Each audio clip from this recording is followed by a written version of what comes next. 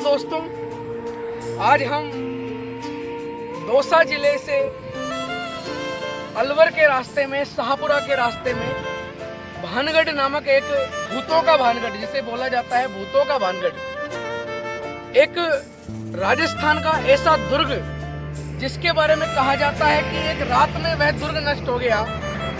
उस दुर्ग पर हम लोग थोड़ी ही देर में पहुंचने वाले हैं। उस दौरान यात्रा के उन क्षणों में मैंने यहाँ पे रास्ते में एक ऐसी घाटी देखी, एक ऐसा रास्ता देखा कि मेरा मन अनायास ही इस तरफ दौड़ पड़ा कि क्यों ना मैं आपको एक ऐसा बहुत ही बेहतरीन दृश्य आपको दिखाऊं कि इधर जैसे हमारे मारवाड़ में पश्चिम के रेतीले टीले दिखाई देते हैं, वैसा आपको भव्य टीले वगैरह दिखाई दे रहे होंगे। और उसके दूसरी तरफ अगर हम देखें कि अरावली पर्वतमाला का भी उधर विस्तार है। मैं रिक्वेस्ट करूंगा हमारे कैमरा पर्सन से कि एक बार अरावली पर्वतमाला का उधर से विस्तार भी वो दिखाने की कोशिश करें। ऐसा भव्य दृश्य मैंने भी अपने जीवन में पहली बार देखा है कि जब दोनों चीजों का सम्मिश्रण हो, एक तरफ रेत और एक तरफ रेतीला टील, एक तरफ हमारी अरावली पर्वतमाला। मुझे वाकई में राजस्थान का जिब्राल्टर अगर हम अजमेर को कहते हैं तो मुझे वह दृश्य याद आ गया कि दोनों तरफ पश्चिमी रेगिस्तान और अरावली पर्वतमाला, दोनों का दृश्य अगर सम्मिलित रूप से हो तो हम इसे भी राजस्थान का एक दूसरा जिब्राल्टर कह सकते हैं। ये मैं अपने पर्सनल ओपिनियन से कहता हूँ। मित्रों, कुछ ही देर में हम आपको भूतों के भानगढ़ के बारे में बताएंगे।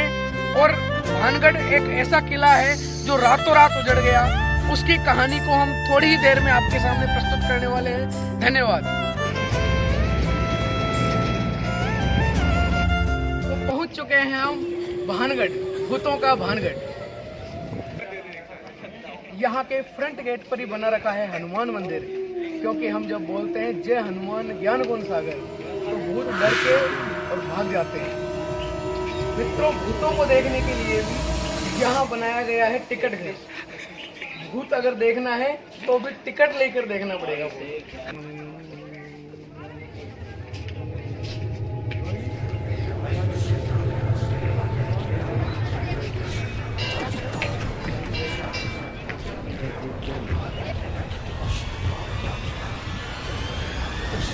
यही सी मित्रों, ये कभी एक विशाल महल हुआ करते थे, आज पूरी तरह खंडर में तब्दील हो चुके हैं। आखिर कारण क्या है, क्यों ये ऐसे विशाल महल खंडहर में तब्दील हो चुके हैं? मैं थोड़ी ही देर में आपको एक यहाँ का एक बड़ा और भव्य मार्केट भी दिखाने जा रहा हूँ, जो कालांतर में जाकर और एक खंडहर के रूप में तब्दील हो चुका। एक विशाल मार्केट, भव्य मार्केट, जिसकी दुकानें अभी जीर्ण शीर्ण अवस्था में हैं।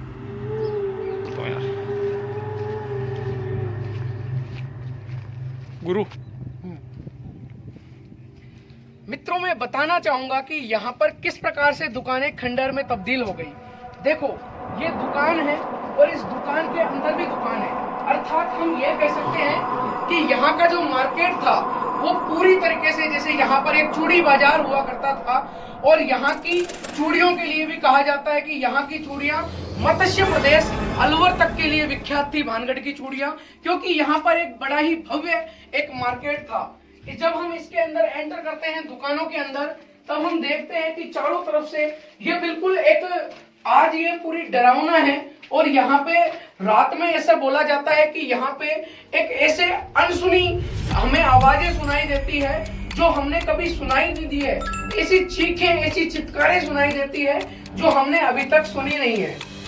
ये मैं आपको कैमरामैन से रिक्वेस्ट करूंगा कि दुकान के अंदर वाले पोर्शन को भी आप दिखाने की एक बार, हमारे जो विद्यार्थी हैं, दर्शक हैं, उन्हें एक बार दिखाएं कि दुकान के अंदर भी किस प्रकार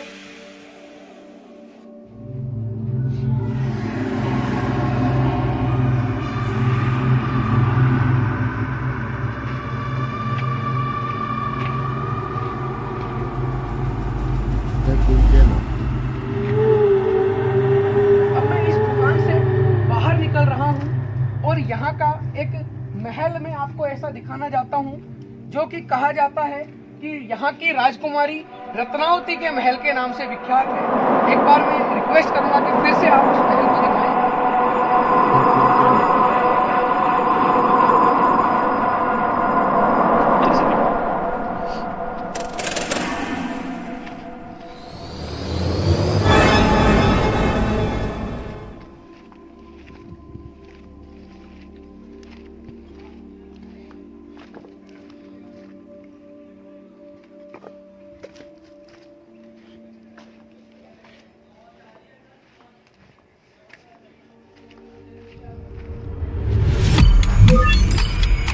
यहाँ पर काफी संख्या में दर्शक आज भी राजकुमारी रत्नावती के महल को देखने के लिए आते हैं।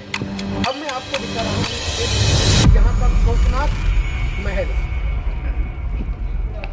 मुझे फॉलो कीजिए। संडे है ना आज भी।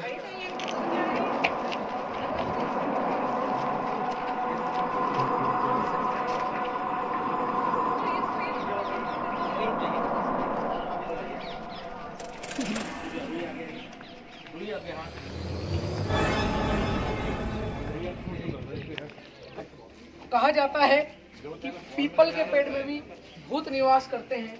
ये पीपल के पेड़ के नीचे ही सजी हुई दुकानें हैं। आप पूरा का पूरा मार्केट यहाँ पे देख सकते हैं। यहाँ से पूरे मार्केट में मैं जा सकता हूँ। यहाँ जब हम इस मार्केट में चले तो पूरा का पूरा मार्केट एक दूसरे से लिंक है। जिस तरह एक मॉल्स में होता है, जिस तरह सिटी मॉल्स में हम बाजारों को देखते हैं, दुकानों को देखते हैं, उसी तरह यहाँ पे प्राचीन काल में दुकानें अपनी भव्यता के साथ सजाई गई थी। महाराजा भगवंत दास जो थे 1589 से 1614 तक आमेर के महाराजा थे भगवंत दास। उनका कार्यकाल था और उनके समय पर इस किले का निर्माण 1573 में करवाया गया था। तब इतनी विशाल भव्यता के साथ ऐसी दुकानें तैयार की गई थी। मैं हमारे कैमरा पर्सन से रिक्वेस्ट करूंगा कि जैसे जैसे मैं दुकानों को क्रॉस करूं वैसे वैसे वो मेरे साथ चले। मैं आपको कई भारी संख्या में यहाँ दुकानें दिखाना चाहता हूं कि यहाँ पे आज भी बहुत ही ज्यादा वही खंडहर के रूप में तब्दील वही पूरा का पूरा मार्केट बना हुआ है। यहाँ पर काफी संख्या में मंकीज पाए जाते हैं, जैसे कि गलता घाटी में जयपुर में पाए जाते हैं। उसी प्रकार से भारी मात्रा में यहाँ बंदर भी मौजूद है, जो यहाँ के बच्चों के लिए, छोटे छोटे बच्चों के लिए, आप एक बार दिखाओ इन बच्चों को, कितना मनोरंजन का काम करते हैं ये बंदर। ये जा रहा। अभी तक तो हम मार्केट का ही एक परिदृश्य ले रहे हैं, मार्केट का ही विजिट कर रहे हैं। अब हम ओरिजिनल भानगढ़ में एंटर करने वाले हैं कि भानगढ़ जो भूतों का किला है, भूतों का किला है भानगढ़, वह अब कहाँ है। आइए मेरे साथ और देखिए भानगढ़। मुझे प्यास लगी है और यहाँ पे माताजी पानी पिलाने के लिए यहाँ बैठी हुई है और मैं चाहूंगा कि माताजी मुझे भी आप पानी पिलाएं। मैं आपसे एक प्रश्न पूछना चाहता हूँ, क्या अब भी यहाँ पर भूतों का निवास है? क्या अब भी यहाँ पर भूत पाए जाते हैं? कौन से टाइम पर दिखाई देते हैं भूत? नहीं, रात का टाइम पर दिखा है कि दिन में दिखा है भूत? तो नहीं, रात का टाइम पे ही दिखा है। तो रात का टाइम पर किसी टाइम दिखे भूत वैसे? 12-1 बजे। 12-1 बजे। तो अलग अलग आवाज आती होगी। तो आप न्यासू के बजे जाओगा अब? आप तब दिन में ही। अच्छा अच्छा, आपको गाँव खाए? अच्छा, कोलावास सार रही होगा गाँव। अच्छा अच्छा, चलो ठीक है। टाइम पर जैसा कि यहाँ पर दिन प्रतिदिन अपनी दिनचर्या में पानी पिलाने का पर्यटकों को काम करने वाली माताजी ने अभी बताया कि यहाँ पर रात के समय का एक ऐसा दृश्य होता है जिसमें 12 बजे से 5 बजे के बीच में आपको एक डरावनी आवाजें सुनाई देती है, भूतों की आवाजें सुनाई देती है। मित्रों, मैं आपको ले चलता हूँ अब सीधे भानगढ़ के किले में। यहाँ पे जो ये विशाल पीपल के वृक्ष लगे हुए हैं, बरगद के वृक्ष, वट वृक्ष, इनको देखकर वाकई में आज भी ऐसा फील होता है कि यहाँ वाकई में कुछ गड़बड़ है, यहाँ वाकई में कुछ हॉरर है, यहाँ वाकई में कहानी में तो कुछ ट्विस्ट है। मैं आपको थोड़ी ही देर में, बड़ी चंद मिनटों में मैं आपको एक ऐसी कहानी सुनाऊंगा कि आपको एहसास होगा कि इस किले के उजड़ जाने का क्या कारण था, क्यों ये किला रातों रात एक ही झटके में उजड़ गया। अब इस दरवाजे से हम भानगढ़ के किले में एंटर हो गए। ये मंकीज अपने साथ ये अपनी माँ की जुएं निकाल रहा है। अब हम आ चुके हैं भानगढ़ किले के उस शहर जहाँ पर राजा रानी सभी का निवास, जहाँ पर सब रहते थे और जो खुशी खुशी अपना जीवन, अपना कार्यकाल, अपना राज्य व्यतीत कर रहे थे, अपना काल व्यतीत कर रहे थे। अचानक ऐसी क्या आपदा आई कि रातों रात यह भव्य महल रातों रात उजड़ गया।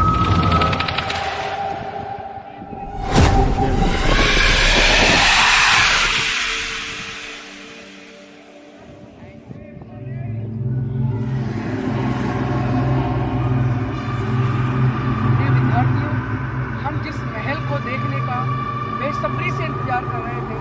अब उस महल में हम प्रवेश करने ही वाले हैं।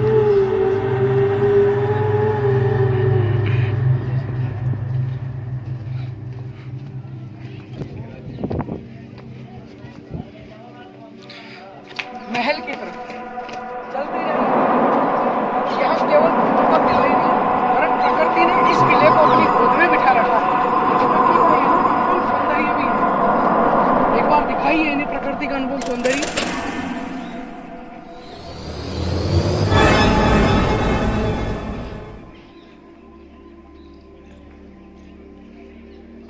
ऐसा लग रहा है जैसे इस किले को प्रकृति ने गोद ले रखा है।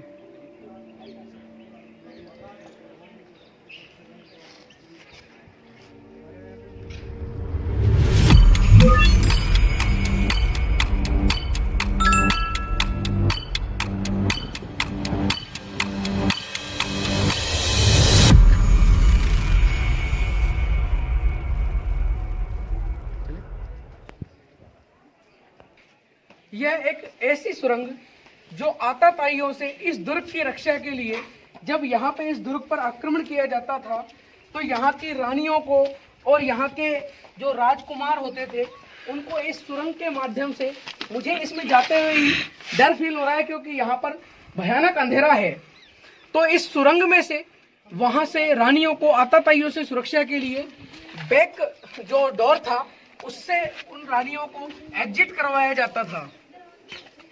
It's the first door of Bhangarh fort. Bhangarh किले का यह पहला दरवाजा है। अब हम इसमें एंटर हो चुके हैं।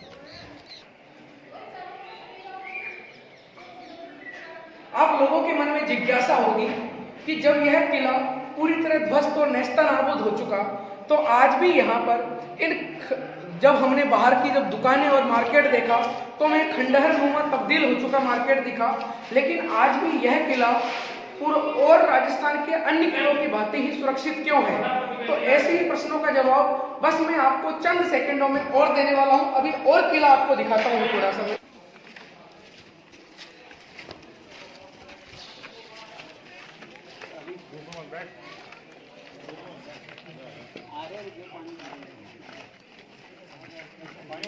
अब सुनो गुरुजी, भानगढ़ किले के अंदर एंटर करने का दूसरा गुप्त मार्ग यह है और मैं आपको सीधा ले चलता हूँ।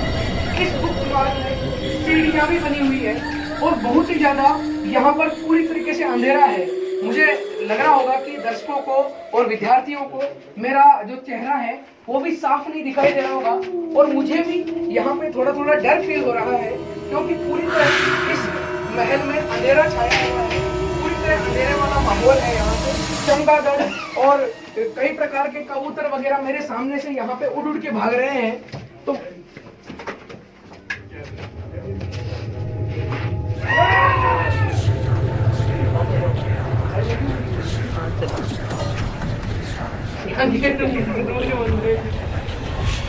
यह वो एक पैड़ी है जहाँ पर सैनिक बैठकर और इस दुर्ग की निगरानी किया करते थे। यहाँ से एक बार सामने आओ, मेरे सामने आओ। यहाँ से सामने की तरफ से आते हुए दुश्मन बिल्कुल सीधे प्रत्यक्ष रूप से दिखाई देते थे। तो यहाँ से सैनिक अपने दुर्ग की निगरानी किया करते थे। दुर्ग में जो बड़े बड़े किले और बुर्जे बने हुए होते थे, उनसे वो अपनी बंदूक तानकर या अपने निशाने साध कर बैठे हुए रहते थे, ताकि दुर्ग के अंदर आक्रमणकारी अपना दुर्ग को निशाना न बना सके। भानगढ़ किले के अंदर और भी कई रानियों के महल बने हुए हैं, भव्य महल बने हुए हैं। यहाँ पर आकर आप देखोगे कि यहाँ पर गर्मियों के दिनों में, ग्रीष्म काल में रानियां यहाँ पर बैठकर, और पहले महलों में एयर कंडीशनर महल नहीं हुआ करते थे, तो वहाँ पर रानियों को ग्रीष्म ऋतु से बचाने के लिए और बहुत ही गर्म वातावरण से बचाने के लिए इस प्रकार से खिड़कीदार महल निर्मित कर दिए जाते थे।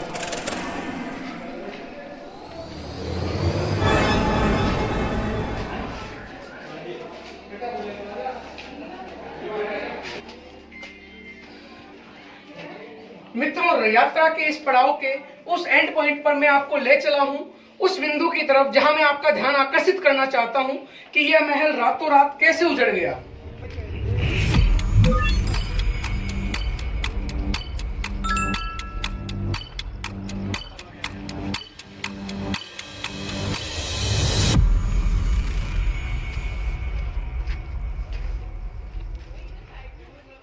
देवता का ये तो भैरव जी का ना, माता जी का है, माता जी का पीछे। यहाँ पर यहाँ की कुलदेवी कच्छावा राजवंशी यहाँ था, और यहाँ की आराध्य देवी का मंदिर भी बना हुआ है। कच्छावा राजवंश की कुलदेवी है माँ जमवाई माता, और उन्हीं की एक शक्तिपीठ यहाँ पर भी स्थापित की गई है महाराजा माधो सिंह जी के द्वारा, जो कि हमारे महाराजा मान सिंह जी के छोटे भाई और महाराजा भगवंत दास के सुपुत्र माने जाते हैं। चलो इधर से तो लो, ये से।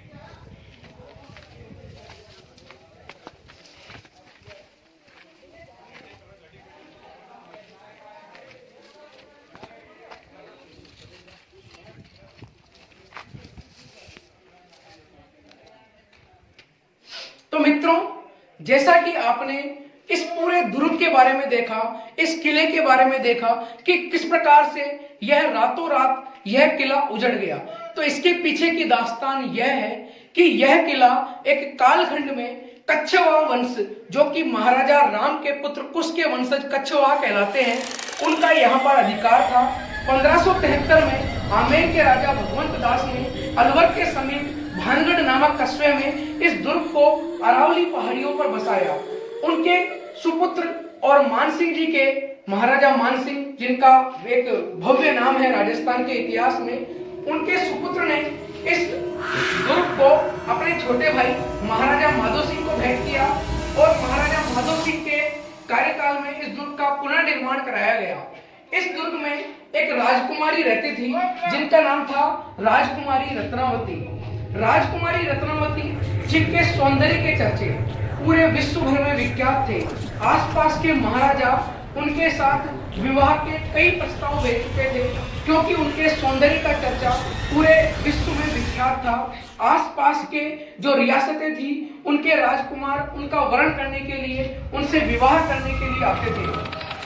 जब राजकुमारी का चर्चा पूरे राज्य भर में फैला, राजकुमारी की सुंदरता का चर्चा पूरे राज्य में फैला, तब वहां पर एक तांत्रिक रहता था। तांत्रिक का नाम था सिंघिया नामक तांत्रिक। जब तांत्रिक सिंघिया की कुदृष्टि राजकुमारी के सौंदर्य के ऊपर पड़ी, तो तांत्रिक सिंघिया ने सोचा, क्यों ना यह राजकुमारी मेरे अधिकार में आ जाए, क्यों ना इस राजकुमारी के साथ मैं सारे सुख भोग कर सकूं, सभी सुखों का इस राजकुमारी के साथ संसर्ग कर सकूं। इस प्रकार से राजकुमारी के साथ गलत दृष्टि देखकर सिंघिया नामक तांत्रिक ने अपने विचार मन में लाया, और सिंघिया नामक तांत्रिक हर समय अपने मन में केवल एक ही बात सोचता रहा कि मुझे किसी भी प्रकार से इस राजकुमारी को प्राप्त करना है। तब एक ऐसा समय आया मित्रों कि राजकुमारी अपनी सहेलियों के साथ जब बाजार में गई थी, और बाजार में गई थी राजकुमारी इत्र खरीदने, तेल खरीदने, अपने सौंदर्य प्रसाधन की फेयर एंड लवली क्रीम खरीदने, और भी कई प्रकार के सौंदर्य प्रसाधन की सामग्री खरीदने जब राजकुमारी अपने मित्रों के साथ जब मार्केट गई थी, तब सिंघिया नामक तांत्रिक की कुदृष्टि राजकुमारी के ऊपर पड़ी और वह राजकुमारी के रूप मोह में बिल्कुल मुग्ध हो गया। तब सिंघिया ने सोचा कि इसे किसी भी कंडीशन में, हर शर्त पर मुझे ही एक्सेप्ट करना पड़ेगा। तो सिंघिया ने उस जो राजकुमारी ने सेंट की शीशी वहां मार्केट से खरीदी थी, राजकुमारी की सेंट की शीशी के ऊपर सिंघिया नामक तांत्रिक ने एक ऐसा जादू टोना, एक ऐसा मंत्र पढ़ा कि शीशी में से अगर कोई भी इत्र लगाएगा तो वह भागा हुआ सिंघिया नामक तांत्रिक के पास चला आएगा। राजकुमारी ने जब यह देखा, क्योंकि राजकुमारी को भी तंत्र मंत्र का थोड़ा सा ज्ञान था, जब उसने देखा कि यह जो सेंट की शीशी है, इत्र की शीशी है, वह कहीं ना कहीं से जादू टोने से अभिमंत्रित है, तब राजकुमारी का दिमाग कौंधा और उसने उस शीशी को महल से सीधा फेंका और फेंका एक चट्टान के ऊपर। और कहा जाता है कि वह चट्टान सिंघिया नामक तांत्रिक के ऊपर मुग्ध हो गई और वह सिंघिया की तरफ दौड़ी दौड़ी वह चट्टान भागी। और जहां पर सिंघिया अपना आश्रम बनाकर रहता था, उस आश्रम पर वह चट्टान जाकर गिरी और सिंघिया का वही अंत हो गया। मगर अंत से पहले सिंघिया ने यहाँ भानगढ़ के पूरे निवासियों को, कहा जाता है कि यहाँ पर 10,000 के लगभग की जनसंख्या निवास करती थी, उन्हें श्रापित कर दिया। और कहा जाता है कि तांत्रिक का श्राप कभी भी बहकावा नहीं होता, तांत्रिक का श्राप कभी भी बेकार नहीं जाता। और तांत्रिक के श्राप की वजह से यह भानगढ़ का किला आज पूरी तरह उजड़ गया। तो तांत्रिक ने यह श्राप दिया कि जिस प्रकार से मैं एक ही झटके में अपना सब कुछ नेस्ता नाबूद कर चुका हूं, मैं उड़ चुका हूं, उसी तरीके से यह भानगढ़ का किला राजकुमारी समेत एक रात में ही उजड़ जाएगा।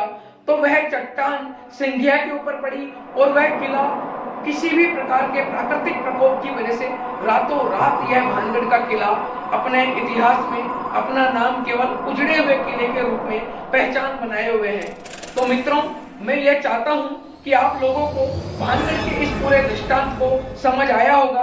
भानगढ़ की यह एक अनसुनी कहानी या सुनी हुई कहानी आपको पसंद आई होगी। भानगढ़ का हमारे द्वारा दिया गया यह पूरा का पूरा व्यू भी आपको अच्छा लगा होगा। Thank you so much.